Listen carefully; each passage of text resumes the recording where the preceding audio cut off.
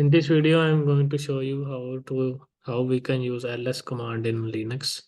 So ls command is used to list files and directories. First of all, you can see the list of files and directories. So it uses some switches. We can use ls space minus l to list the directory and see its permission and other information. So here you can see minus stand for it is a file, and D stand for directory, and it is the permission rwx rx. So rwx, R means write or read, W means write permission, and X mean executable.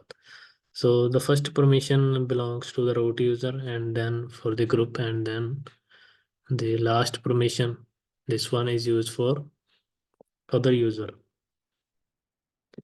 And this is the root user, the owner of this file, and this is the group root, and this is the file size, which is here. So you can see in bytes, and this is the file date on which it was created, and this is the file name. So this, if you want to view this size in human readable format, you can use this command ls minus lh.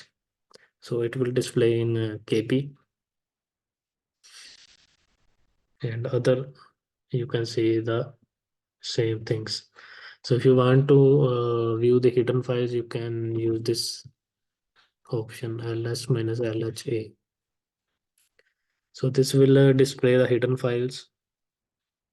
So generally they are configuration file. Also you can create this file. I will show you in the later video how we can create files in Linux. So this is all about ls. Thanks for watching.